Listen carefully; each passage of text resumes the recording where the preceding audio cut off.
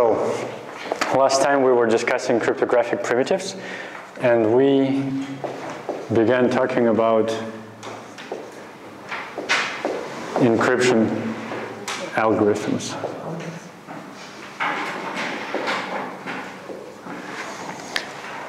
There are several flavors of such algorithms, depending on which criteria you use to build your taxonomy.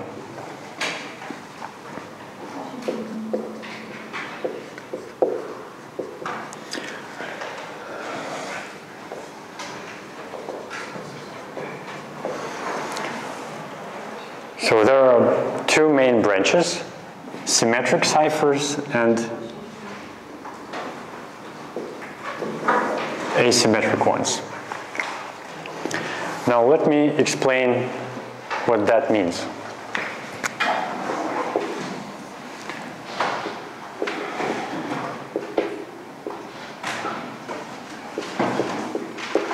Imagine that we have a black box which implements the Acme SIM45 cipher. It's a very well-known standard if you come to these classes.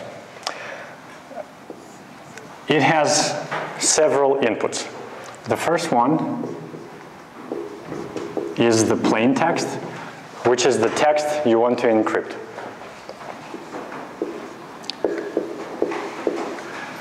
The second input is the key, and it gives us one thing at the output, which is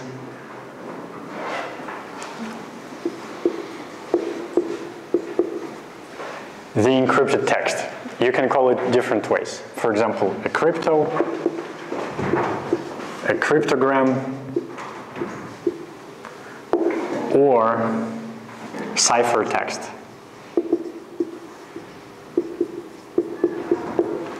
And there's one teacher here at this university who sometimes uses the Romanian term cifrogram, which reminds me of telegrams and many decades ago.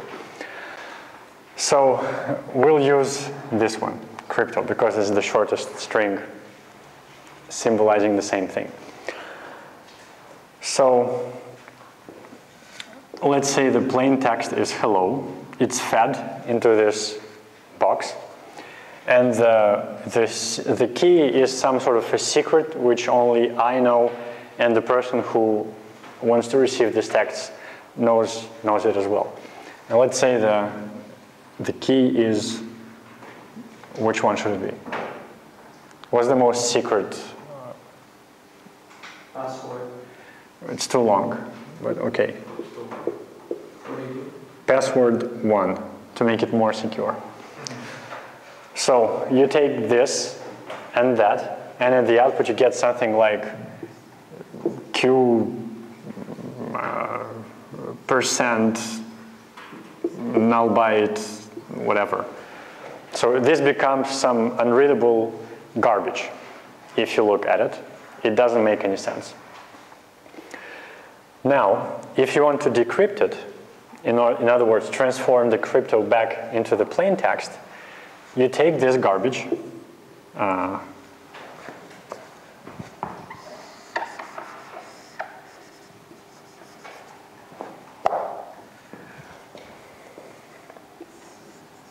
you feed it in there along with the key, and it will give you this string. And the reason this type of cipher is called a symmetric one is because you use the same key for both encrypting and decrypting the data. Does it make sense? Okay.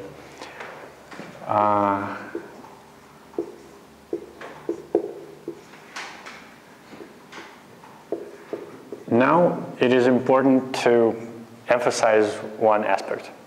Sometimes people mistakenly say, I encoded the data, blah, blah, blah, so nobody can read it.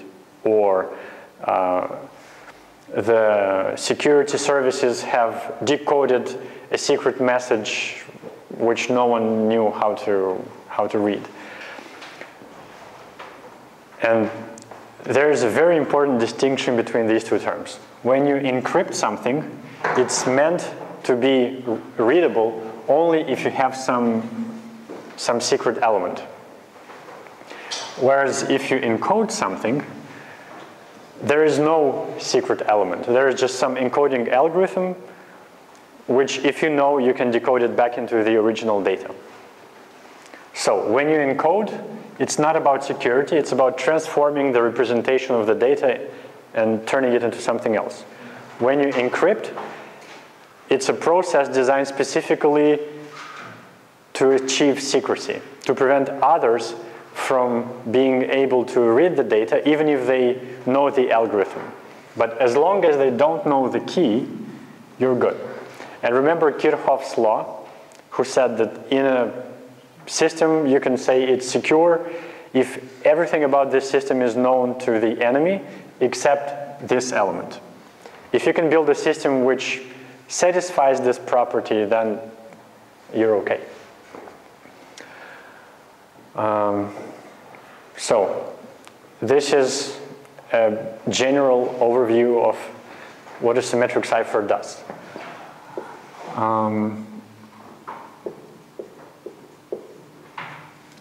They have, well, there is this term of a mode in which a symmetric cipher can operate.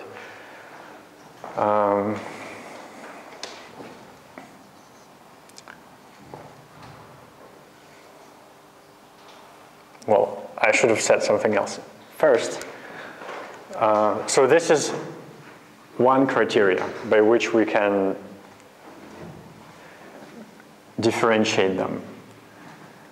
Another one is their operation unit. So it could be a block cipher or, for example, a stream cipher. A block cipher operates in blocks of a predefined length. For example, let's say it's 256-bit long. So if you have a big chunk of data, which is more than that,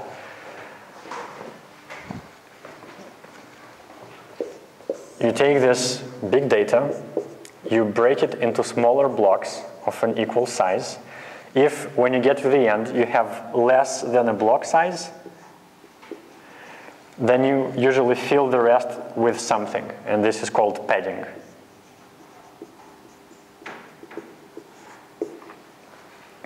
Then you encrypt each of these blocks, and you concatenate those outputs, and you get some big crypto. So this is what a block cipher does. A stream cipher, on the other hand, operates not with blocks of a predefined size, but its unit is a bit. Basically, you give it a stream of bits, it does something to those bits, and it gives you the crypto at the output. And how does this work? You have a so-called gamma function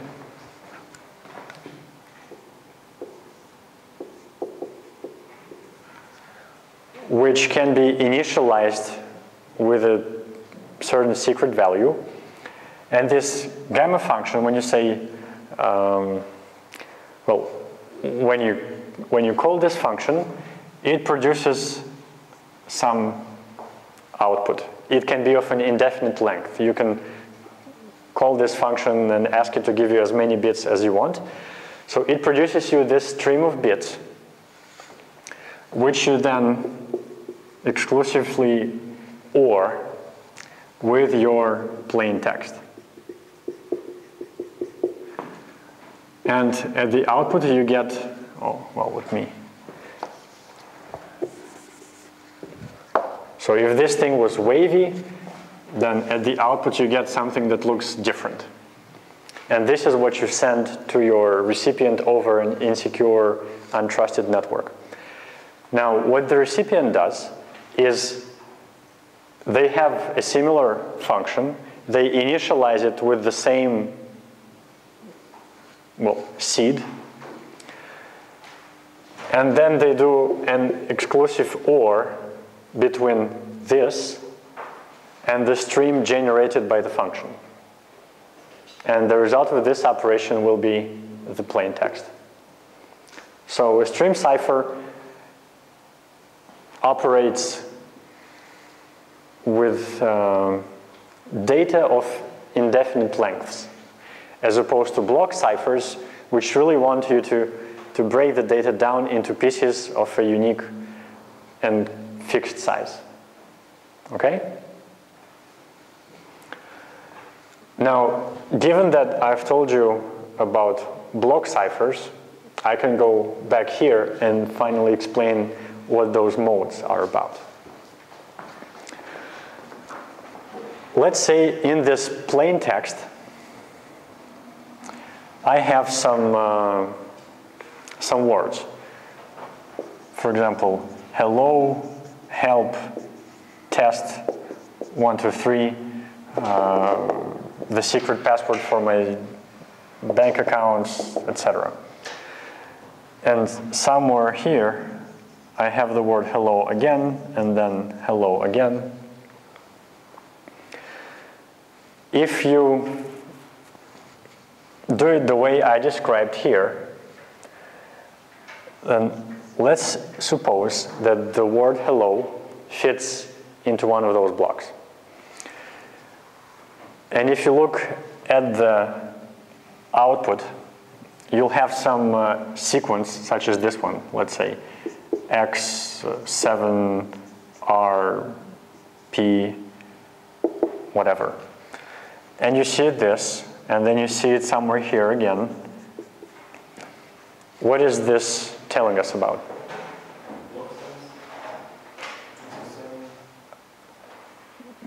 Well, it doesn't yet tell us anything about the block size, but it does tell us that some part of this plain text repeats itself. In other words, the word hello will always be encrypted as X7RP. So this gives too much information to the enemy. So in this kind of a mode of operation, usually it's called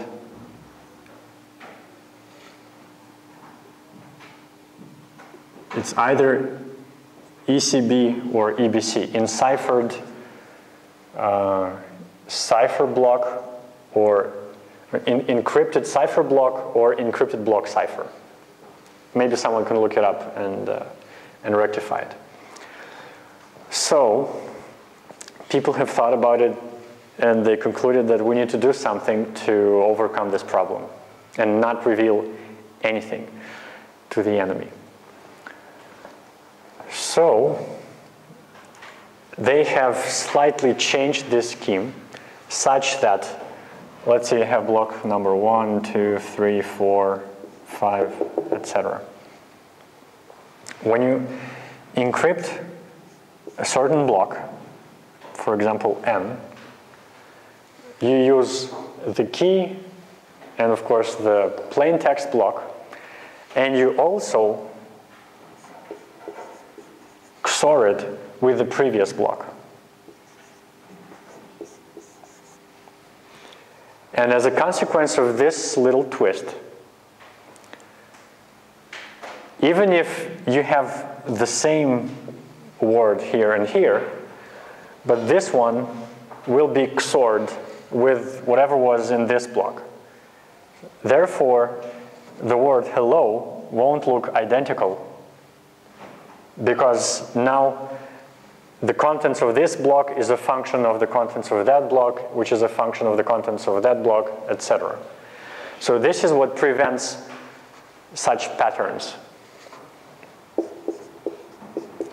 And in this case, it's a good thing. Patterns are bad. In fact, if you have an encryption algorithm which uses a decent encryption key and it's implemented properly, then the output of your process here will be perfectly random. Well, it will be completely random, and it will not contain any patterns. So if, for example, you have an encrypted file that has 5 megabytes and you try to zip it or 7-zip it or compress it with some other algorithm, it will not get smaller under any circumstances. It will, in fact, it should become a little bit bigger because of all the overhead the archiver added on top of the data. Now, this has another interesting implication. Every time you look at random data, unless you know where this data came from, you can't really tell if this is something somebody encrypted or just random data.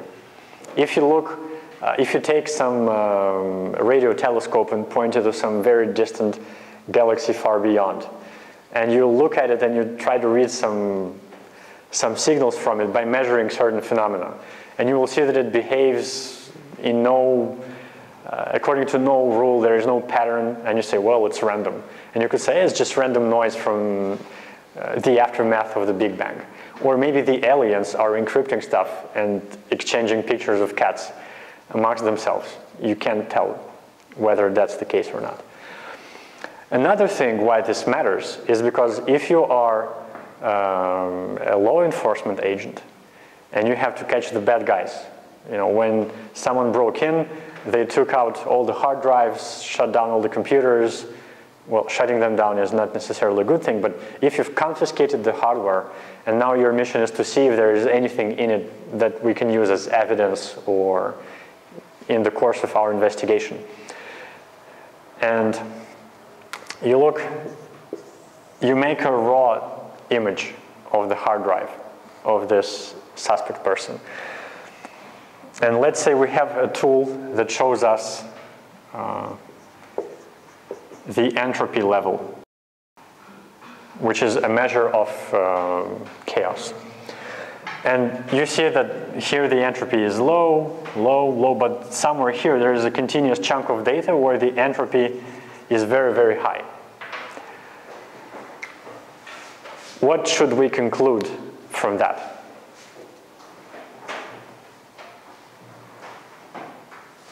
I'm guessing that in that chunk there's important data. Like before that there could be either empty space or some filler data, some padding, and when we get to the high entropy regions there could be more data that was actually useful. Mm-hmm. I'm guessing. Well, okay. If you look at it as follows. If you take any kind of data that we use on a daily basis, for example, a doc file, a PDF, an executable, some library, and you compress it with zip, you will have a smaller file. And if it's smaller, it means that there were some patterns in it which could be leveraged, and then, you know, how an archiving algorithm works. It looks for patterns, and if it detects, for example, this pattern, it say from now on I'm going to mark that as X. So for every sequence of 1, 2, 3, 4, 5 A's, it will just write 1 X. So you have a difference of 5 to 1. 5 bytes in the input became 1 byte at the output. So for all your regular data,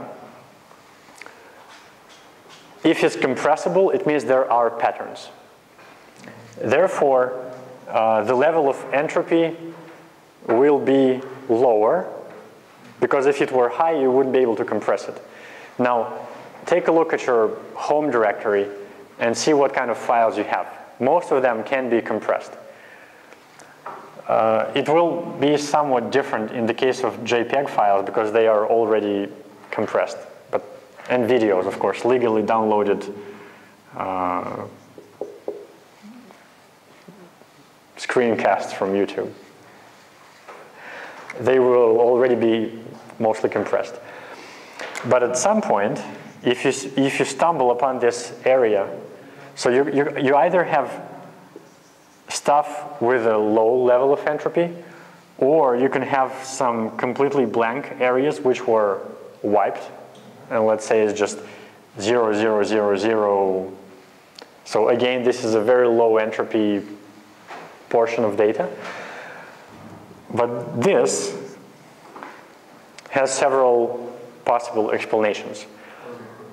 Either it's an encrypted file, or it's an area which they filled with random data just to mess with us. And you can't really tell. You can, of course, try to use social engineering to get it out of them. You can use force. Or you could look for secondary clues. For example, if I have a file called truecrypt.exe somewhere in my file system, then it's probably a hint that the person who owns this hard drive has been using encryption.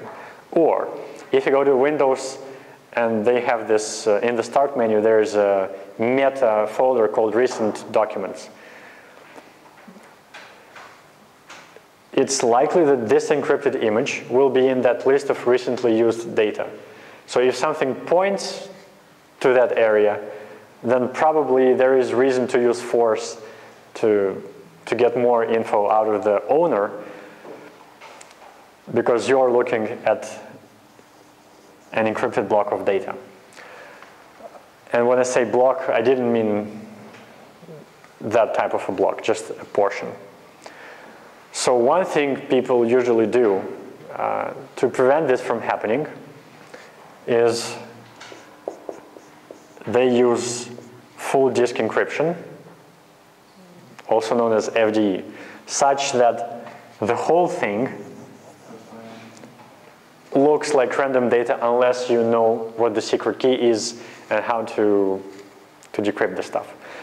Now, if a law enforcement agent looks at that, then I can say that I'm not hiding anything, it's just that I'm using encryption for all my stuff.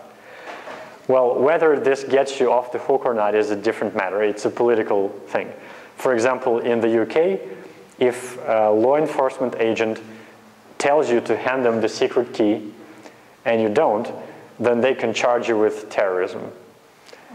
I don't know the exact wording, but that's the thing. So let's go back to this. We were talking about another mode of encryption for block ciphers where we use a XOR function where each block is XORed with its predecessor. And this mode, there are multiple of them. One of them is called CBC. It stands for cipher block chain. Chain because they are linked one to the other. And you should ask me a question now. If you look at this piece specifically, and you think about it, you probably wonder what you do in a certain case. Huh? For the first block? Exactly. So what do I do with the first block? Because there is no block before that. What do I XOR it with? And for that, you use a thing known as an IV, which stands for initialization vector.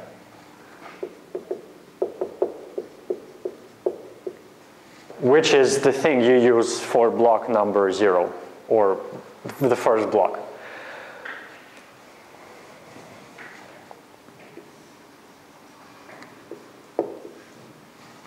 Therefore, sometimes you need one additional arrow, which is the IV. You use it to bootstrap the encryption process. You have, it acts as the n-1th block for the first block, and from that point on you keep going like I just described.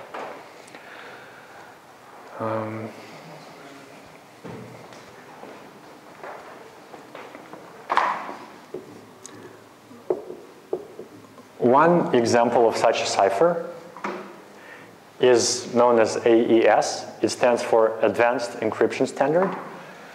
It is also known as Rijndal, which is the concatenation of the last names of two either Dutch or Belgian cryptographers who designed the algorithm. I told you sometimes in the past that every now and then NIST would start a competition for, let's choose a great cipher for humanity to use, and teams from all over the planet would submit their ciphers. This was one of the submissions which turned out to win the contest for AES. Before AES,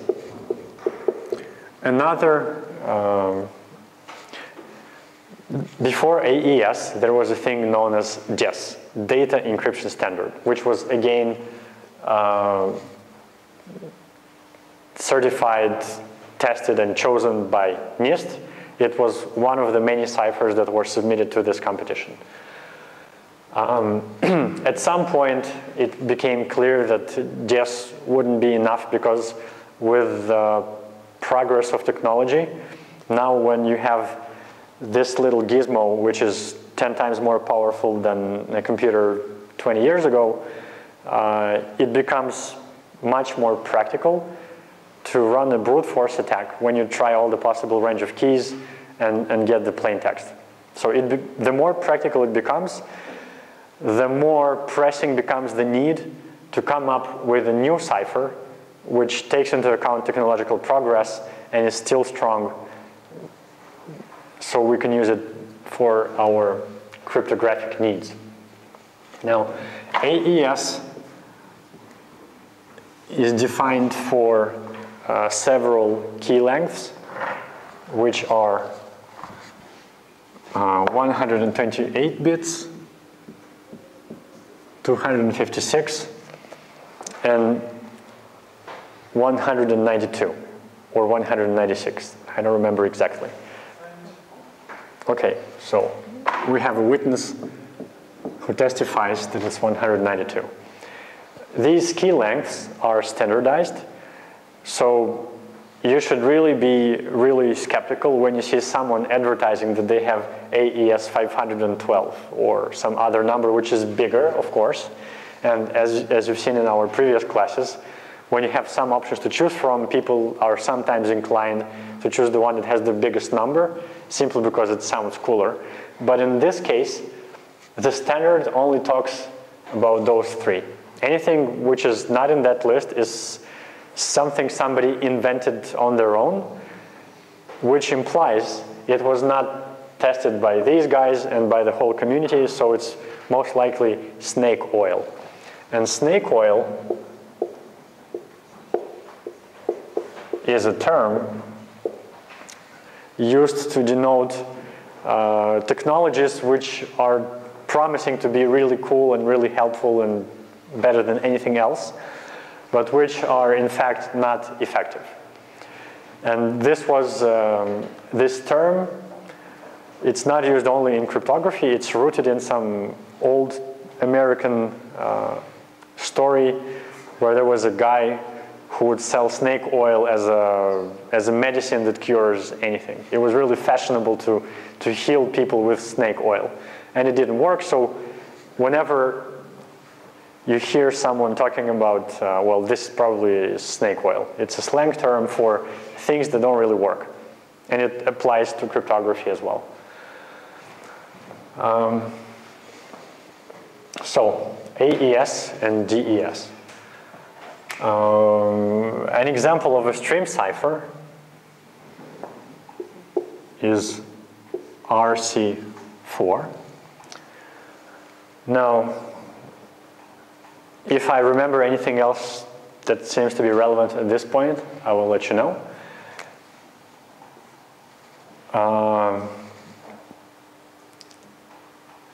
Now let me switch to this branch, asymmetric ciphers.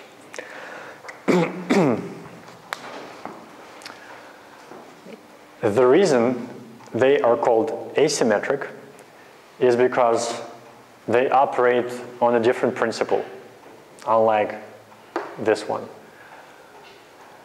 At first,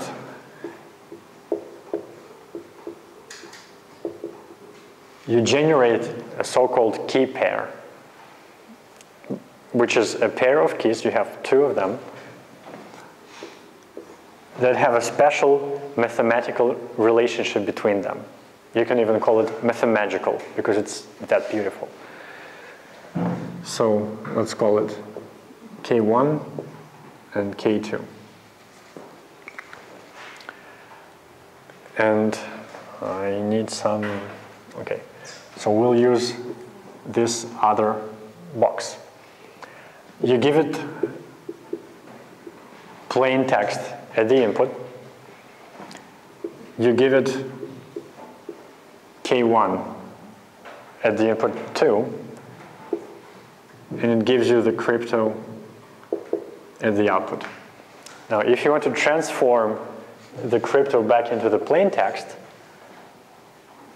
you have to do this. Crypto K2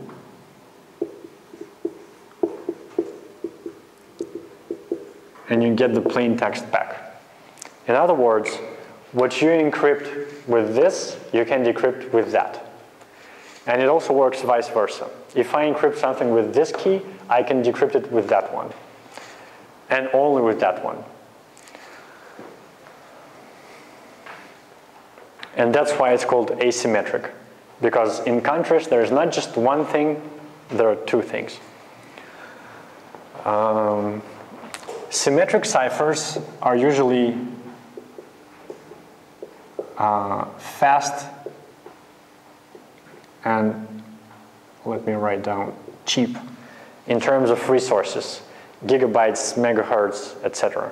So if you want to encrypt a 50 gigabyte image, just feed it to a symmetric cipher, it will do it in a fast amount of time. However, that's not the same thing for asymmetric ciphers. They are much more resource intensive and more expensive in terms of how much memory and CPU cycles are necessary. That's why it is usually the case that you use asymmetric cryptography together with a symmetric cipher. If you have a 50 gigabyte image, it will take you a lot of resources to encrypt it with an asymmetric cipher. So what normally happens is that you generate some random key, you encrypt the huge file with that key using a symmetric cipher, but then you encrypt the key with the asymmetric cipher. So you can only get the encryption key if you have the corresponding key for the asymmetric cipher.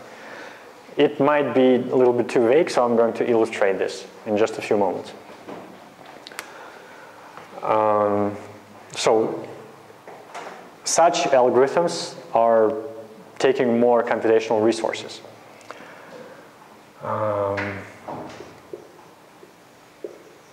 One notable example of such an algorithm is RSA, and the key lengths you normally use it with are much bigger than the ones you use for symmetric ciphers.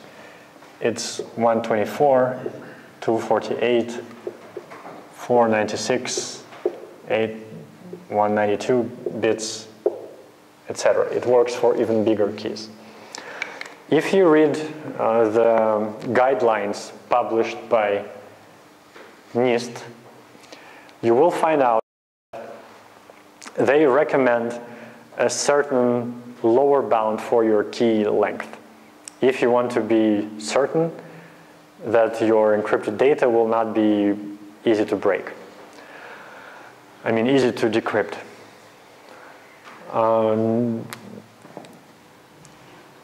It was fine, so according to their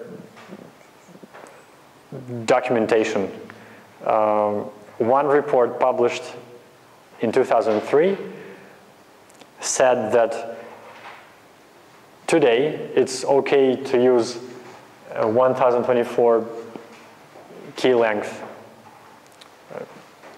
bit length for your key if you want to ensure your data will still be secure until 2006. But that was a long time ago. For the viewer online, today is 2014. So you need to switch to that, to something bigger than 1024. You might be tempted to use a key length such as this one, but then you might fall into another trap, is that whoever wants to interact with you doesn't support such key lengths. For example, if you use an SSL certificate for your website, some browsers might not be able to operate with key lengths that are above 2048 bits. So you can get yourself a certificate which has a key, the public key of which is, let's say, this big, but then there is a risk that some browsers won't be able to consume it. So you have to keep that in mind.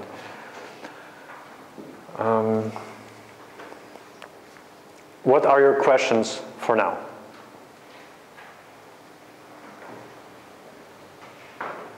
If there are none, then I can move on to some examples.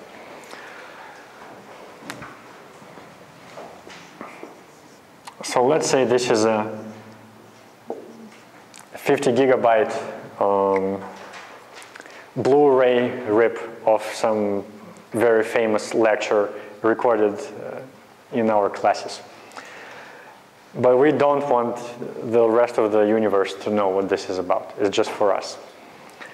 So we want to encrypt it. Based on the primitives we've covered so far, what can we do? Well, we're going to have to start with the symmetric cipher encryption, because otherwise it would take forever from what you told us to use an asymmetric encryption. Mm-hmm. Well, you need to know, first you need to ask the question, what do we really need it for? Why are we encrypting it? If all of us are here, we can together agree that the password for encrypting this whole thing will be, let's choose something more significant. Donuts. Okay. Or you were expecting the British spelling. Anyway, so it's donuts. We all know the secret key, so we can just give this to AES, get our crypto, then we can upload it to Dropbox or anything that does the job. And the persons in this class can just download the file, and they know this secret element, so they can get the original data back once they decrypt this. And the problem is resolved. But now imagine that we want to send this file to a person who is not physically in this room. What are we going to do? What are the options? We use public key encryption. Well, you're saying something that makes sense.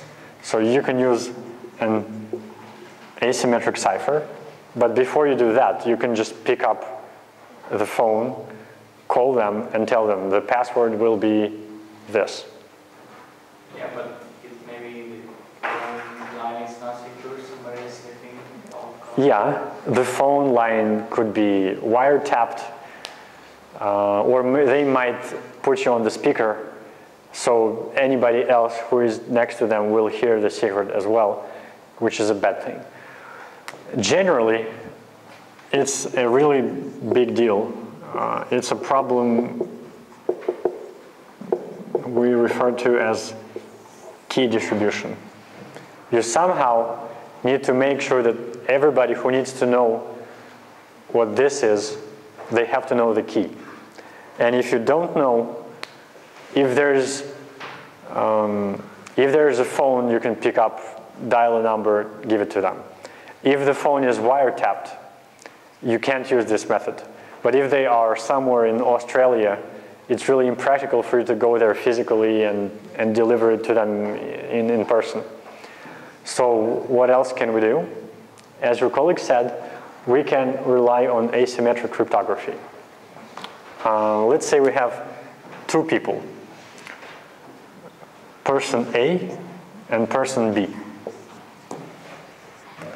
Each of them generates their own key pair.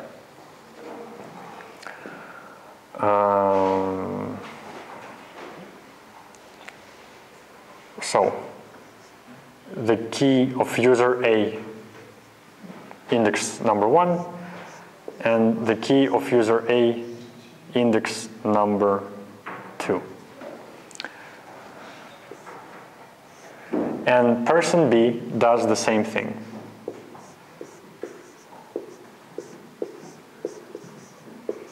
So now both of them have their own key pair. What's the next step? Simple step will be A wants to give a message to B. He takes public key of B and encrypts the text and sends it to B, and B will be able to decrypt the text using his private key. Okay, hold on. I will write it down as a sequence of steps. So what we just did, A and B generated their key pairs. But just one question. I have the arrow key. Does it say that I can encrypt with one key and encrypt with another key and it's vice versa? Yes, that's how they work. You could say that there's a convention. You choose one of them, let's say this one, and you call it your public key, and this one you call your private key or secret key. This one you keep to yourself and never give to anyone. This one you can put on your home page, print it in the yellow pages directory, graffiti it on your home walls. It's not secret, it's public. The more people know it, nothing changes. And the same thing happens here. So now both of our players have their key pair. They exchange their public keys. Okay, let's just assume that there is some universal universal phone book of public keys. So you just say, hey, what's the public key of A? You look it up and you know it. So let's say publish public keys in the directory.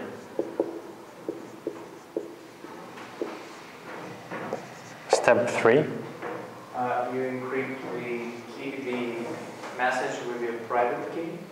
With my private key. Yes. So, the receiver would be able to decrypt it with your public key. So I will encrypt this 50 gigabyte file. No, the symmetric key will that 50 gigabyte file. Mm-hmm. Okay. So step 3 is I encrypt data with AES, Asymmetric Cipher, using some KSIM. It's a key that we used with this symmetric cipher to encrypt this stuff. So when we encrypt that, we obtained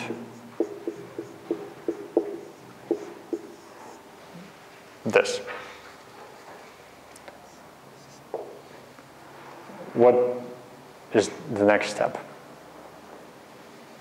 Encrypt the message with the receiver's public key? The message? You mean this? Yeah. If I understand correctly, the crypto is this big file encrypted with donuts, which in that case was case. No, we encrypt the key to this crypto. So we encrypt key sim with RSA using what? Public key. The public key of which agent? Of A. If A stands to B. No, just public key of B. Okay, so A sends to B. We encrypt the public key B. Using KB pub. And the result of this, let's call it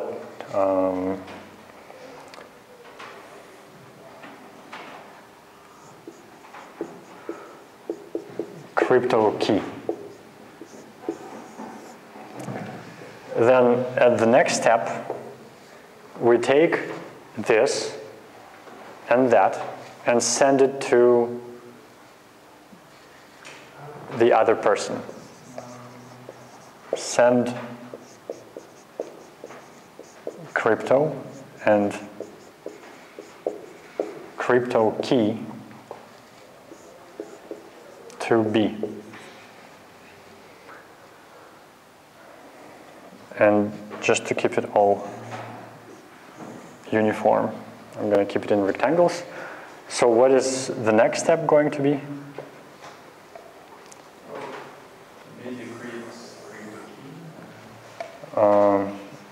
B decrypts crypto key using private key. B's private key. Using with BK private, and this is how he extracts KSIM.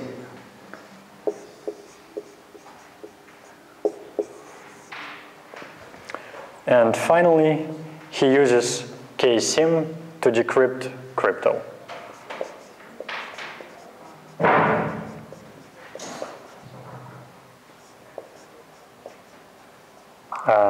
Wait. He decrypts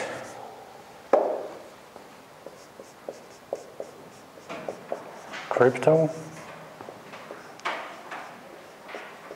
using AES with KSIM. And he gets the data.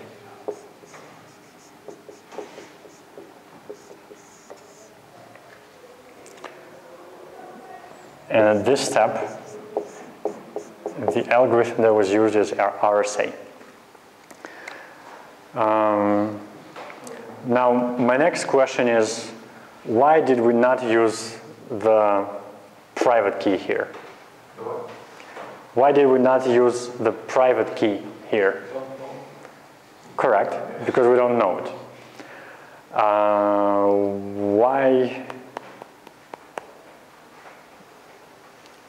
Why did we have to exchange these public keys? This question is for Kostya. Sorry, Ranin. Okay.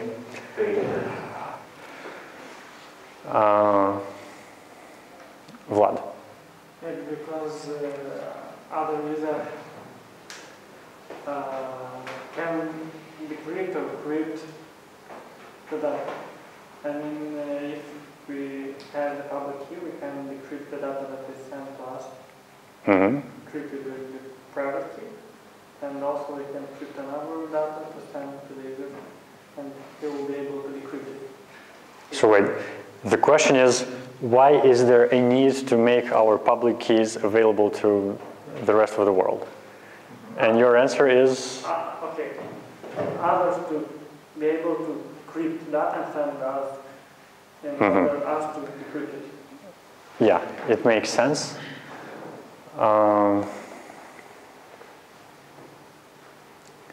Why did B not use the public key of A in this case? Because it's not the original pair that was used for encryption. It's not its counterpart. Correct, because there is this special relationship between these two keys and those two keys. If something was encrypted with this key, it can only be decrypted with this one, but not some other one. I just have one question. Yeah. One more step of encryption when I send the data. First I encrypt with my private key. And the receiver, after he decrypted, I encrypted my private key, and after that I encrypted the receiver's Okay. public key. You can do that, but it depends on your requirements. In this case, our need was to make sure that some other person, person B, can read this file, even if we have never met in person and we have had no chance to tell them donuts. What we're talking about is a special property called non-repudiation.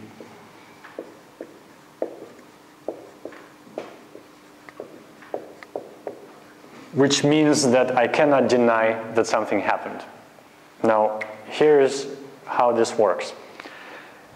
Notice that in this sequence of steps that we have there, we never did anything with the keys of person A.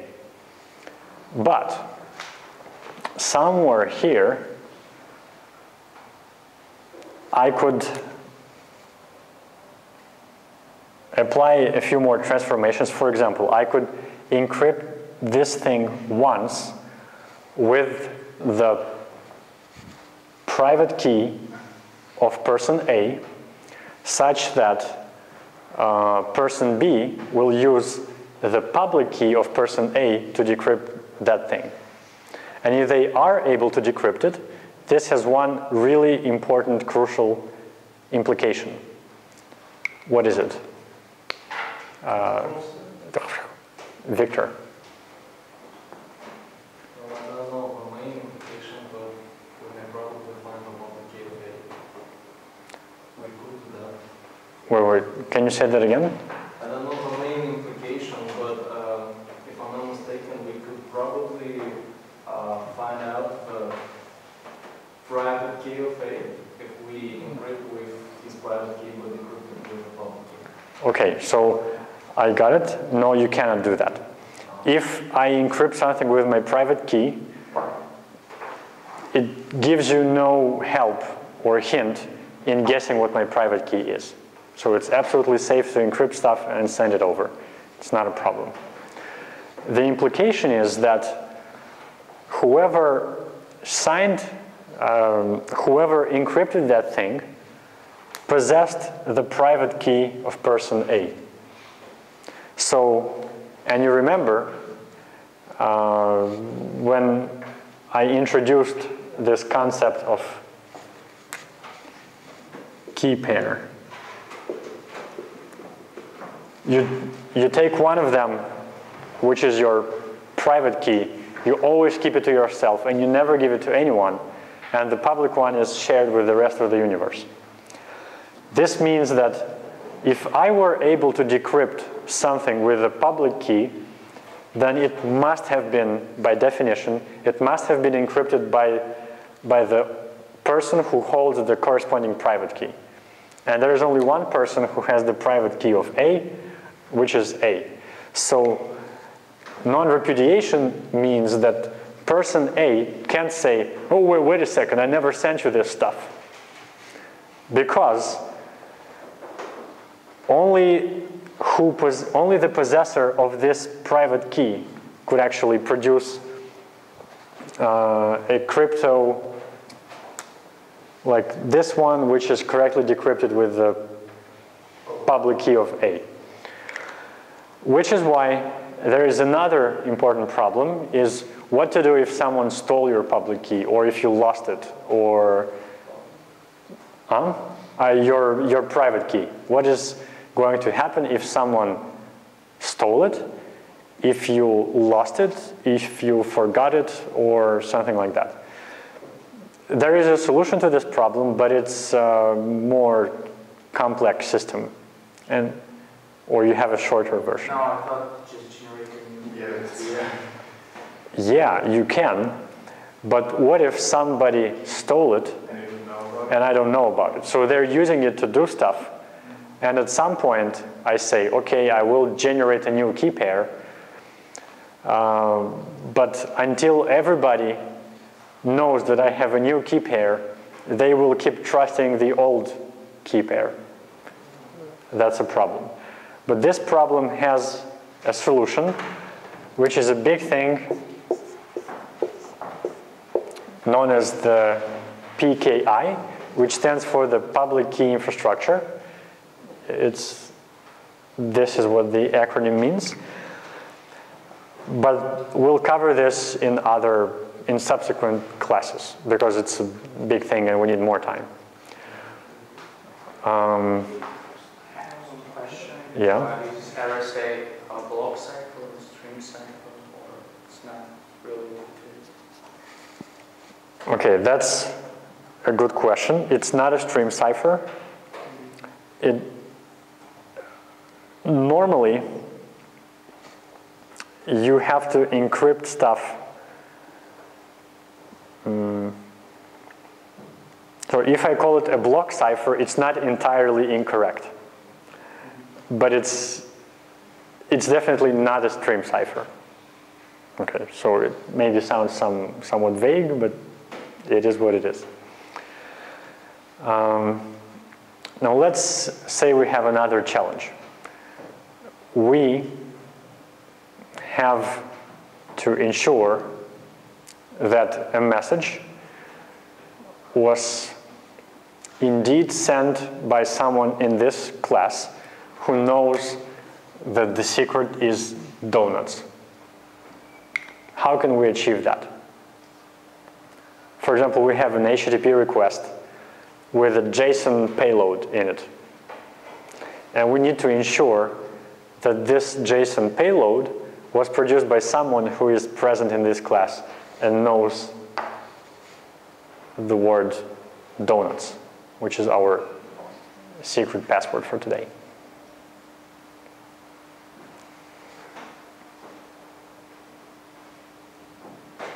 We're talking about just the symmetrical cryptography now? Just the fact that we have the donuts keyword? Yeah, you can solve this problem using a symmetric cipher. Well, you encrypt the JSON information with the keyword donuts, I guess, and then whoever receives it, if you can encrypt it with the same keyword donuts. Okay, but I didn't say that we need to hide the JSON itself. It must be readable, but the recipient just needs to be sure that it was one of us who sent it. So if you encrypt the whole thing, then it's not readable. It's going to transform into that. But it still needs to preserve its JSON-ness. Well, you can encrypt the values. We can encrypt the values, but then the thing is that when you encrypt some stuff, which is, let's say you have some strings that can be rendered as ASCII values that are human readable. But if you encrypt them, at some point you might have one of these things will turn into a null byte. Always base 64 encoded. Okay, so you have to encode it into something else which avoids such things. So you can use base 64, which is an encoding, not an encryption method. So anyone can decode base 64 encoded text without having to know the password. Do you need some clarifications? No. Okay. Actually, it's really important to to discuss these questions, because somebody watching the video might be asking themselves the same thing. And if you ask it in public, I can give a public explanation. What is base 64? I didn't realize at first what base 64 is. It's the same as we try to put the binary in hex form or something. Yeah, so base 64 is an encoding where you use 64 symbols to represent stuff. And those symbols are uppercase, lowercase, Latin characters, 10 digits, the sign equal, the symbol equal, plus, and slash, I think. So basically it's just more complex than hex representation. It's more complicated. Well, hexadecimal is base 16, Yeah. So but you can still have, well, it depends on what you do with this hexadecimal representation. So if you have a null byte, then in hexadecimal you would represent it like this. 0x means that it's in base 16, and it's 0, 0. So is this what you would be sending in your JSON file? Anyway, let's just simplify it. You need some way to escape certain characters, which would otherwise be able to trip a parser and make things more complicated. well, I don't see problems in such a string. I mean, what's the problem to say 0, 0x? There is no problem with it. Yeah, it's just that base 64 is a standardized thing. People use it all over the place. One of the advantages, for example, let's say you're looking at a small binary file, and on your Linux machine you did something like this: cat file.bin, and you want to copy and paste it into a forum so people can help you troubleshoot this thing. If you do it like this, and in your terminal, when it's printed, you will see some signs. Sometimes you might hear some beeps, because one of the bytes in that file is a \A, which stands for alert. So if your terminal supports it, you will hear some beeps. Some of those characters will not have a visual representation, so we'll just have empty space. It's not something you can copy and paste. But if you pipe it into, I think it's called B64 encode, then it will give you a nice human-readable string which you can copy and paste, and then someone can decode it and get the original thing.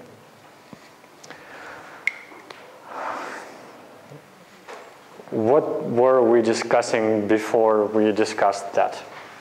JSON file. Ah, yeah.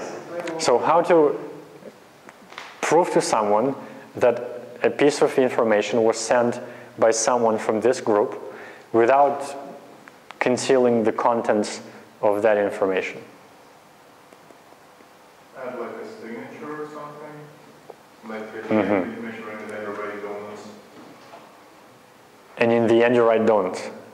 Or in the header of the HTML summary write donuts. Okay, you can, but then someone who knows how to use a sniffer, they will see the word donuts, and they will be one of us.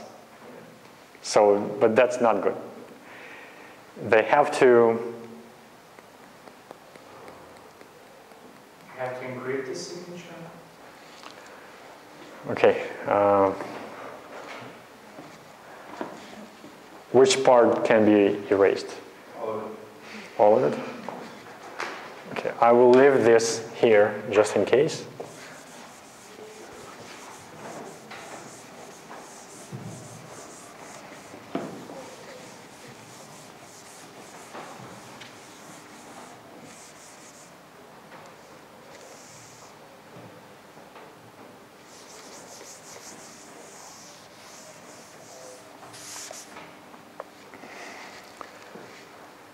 Let's first of all write down the condition of the problem so we all know what we're talking about. We have a group of selected people.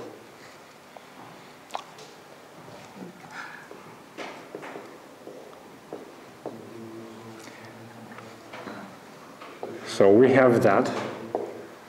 All of these people know a secret key. Everyone in the group knows the secret word. Now the challenge is someone from the group sends a message to somebody else from the group. So person A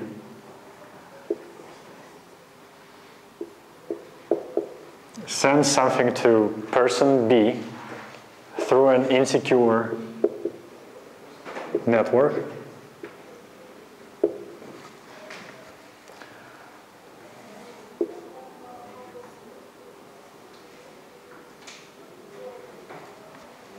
It's an envelope.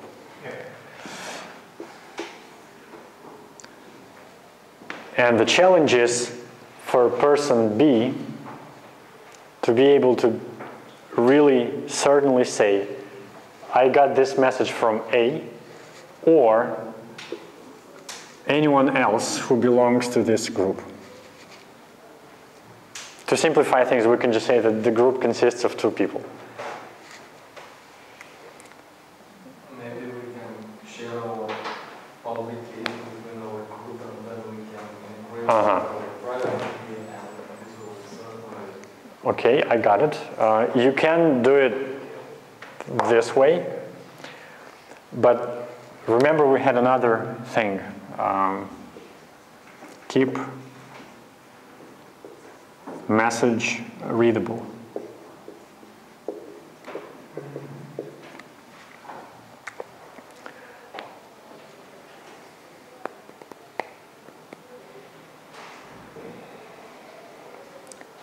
Okay, let me explain. You have to use more than just a symmetric cipher for this. You need hashes too. So this brings us to a scheme such as this one. Let's say we have this envelope here. I'm going to call it M. You take this string M, you can do a very simple thing like concatenate it with the word donuts.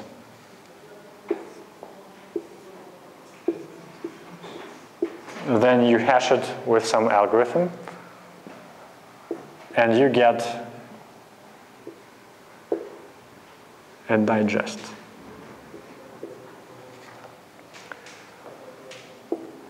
And when you send this thing to person B, you send the message in the following format. So you send M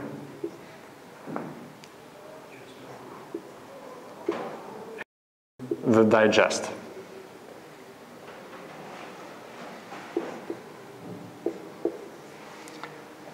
So 1, 2, 3. What is person B going to do? How will they answer the question, I really know, how will they answer, is it really from A? Well, if he received the message M and the digest, then he knows that the path should be donuts. So he just hashes M plus donuts and sees if it's the same as the digest. Yes. So let's write it down. So this is the second phase. They will hash M plus donuts and get their own digest. Let's call it digest prime. And then they will, okay, so I can do it like this. Return digest prime equals digest. If they're equal, it returns true. If they're not, it returns false.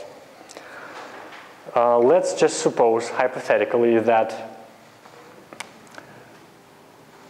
whoever sent the message didn't know the word donuts. They wrote something else, like burgers.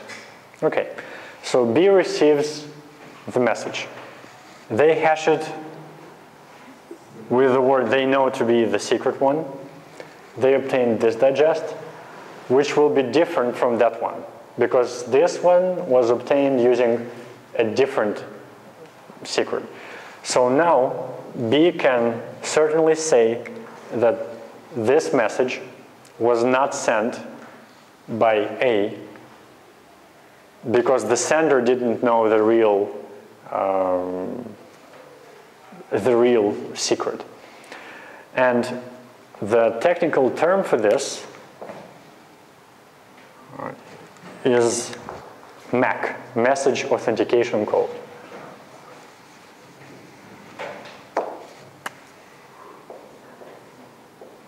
So is this how certificates work? No. Certificates rely on asymmetric cryptography heavily, whereas in this case, it's all based on symmetric cryptography and hashes.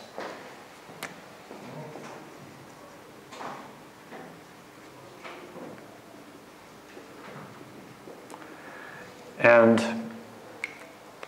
now I told you about the HTTP request and JSON.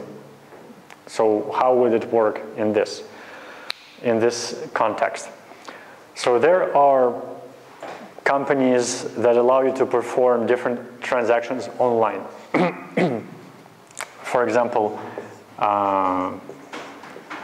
PayPal is one of them. And you can do this manually by going to the website, you type some stuff, and that's how you can transfer some money. But if you were a company who sells stuff and receives payments over PayPal, you probably want to automate the process. If someone makes a purchase, PayPal will send you some kind of a notification saying person such and such bought product B. Send them a box with the product. So PayPal does it. There are other processing companies that can do this. For example, To Checkout, Clever Bridge, PayPro, and there's a long list. They have, most of them have an API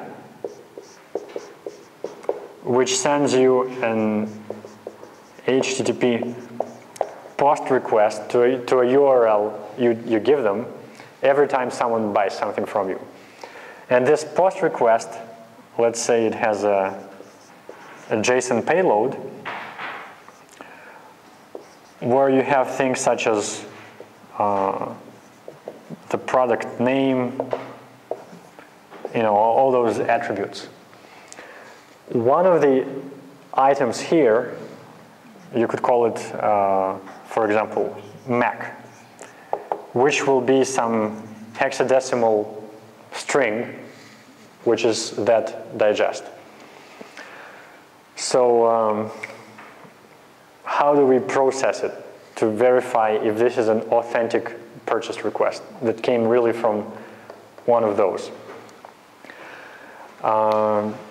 You take this out of the payload, you transform it into one long string, you hash it, and well, you transform it into one long string, you concatenate it with donuts, then you hash it, and you compare your hash with the one written here. If they match, you can say, well, this really came from them or them. Now, if you paid attention, or if you ever implemented some JSON parsers, you might stumble upon a problem. What is it?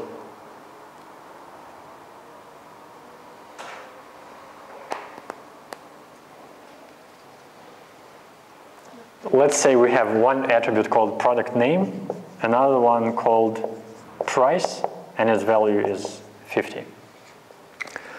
So you look at this, you hash it, and you get blah, blah, blah. If you swap them, it's semantically the same thing, but it will give you a different hash. That's why usually when you agree on which MAC you will use, you also define a thing, well, you can call it normalization. And there's another term called canonicalization.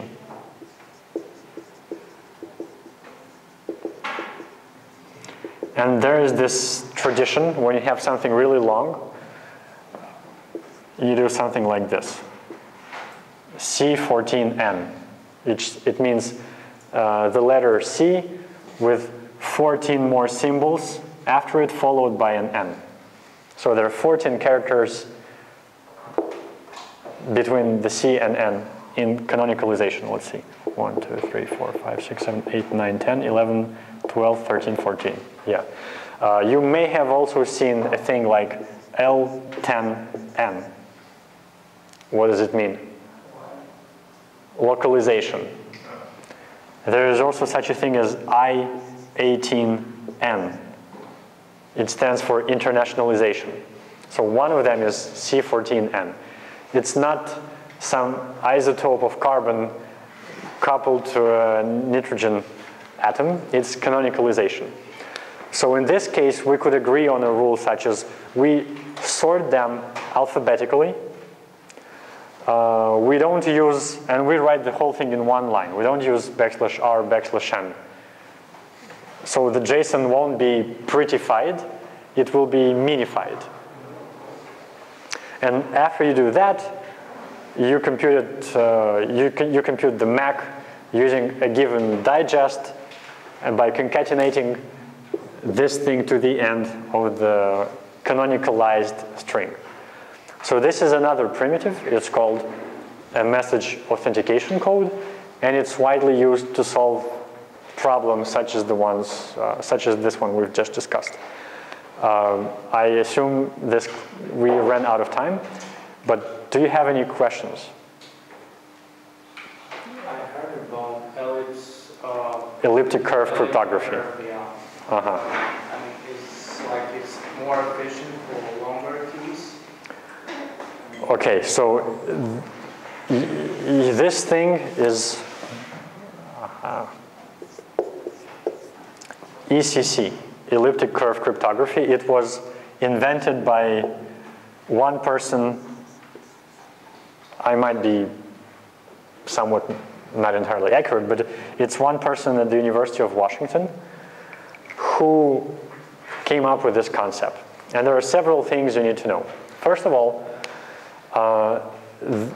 what they say about ECC is that for a shorter key length, it gives you the same strength as RSA for a longer key length.